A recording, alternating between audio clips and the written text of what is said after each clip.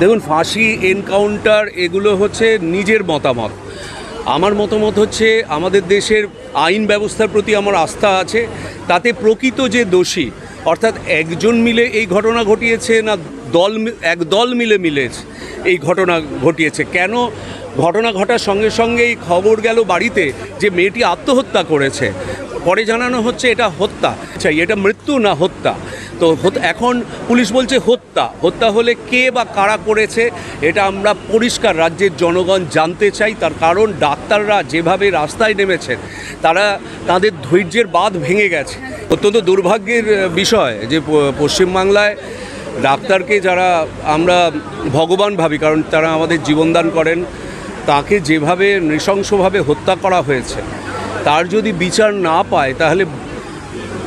না হয় তাহলে বাংলার মানুষ আরও বেশি হতাশ হয়ে পড়বে, এবং এই হতাশা মানুষের কি করে কাটবে তা আমরা জানি না।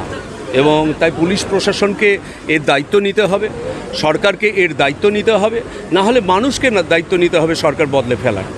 দেখুন, ফাঁসি, এনকাউন্টার এগুলো হচ্ছে নিজের মতামত। আমার মতামত হচ্ছে আমাদের দেশের আইন ব্যবস্থার প্রতি আমার আস্থা আছে। তাতে প্রকৃত যে দোষী, অর্থাৎ একজন মিলে এই ঘটনা ঘটিয়েছে না এক দল মিলে এই ঘটনা ঘটিয়েছে, কেন ঘটনা ঘটার সঙ্গে সঙ্গেই খবর গেল বাড়িতে যে মেয়েটি আত্মহত্যা করেছে, পরে জানানো হচ্ছে এটা হত্যা। আমি একটা নাটক করতাম ব্রেক্সটে, দাঁড়িয়ে মৃত্যু না হত্যা, accidental death of an anarchist. এটাও সেটা পুলিশ লকআপে ঘটেছিল, মৃত্যু না হত্যা। আমি তো এখন জানতে চাই এটা মৃত্যু না হত্যা।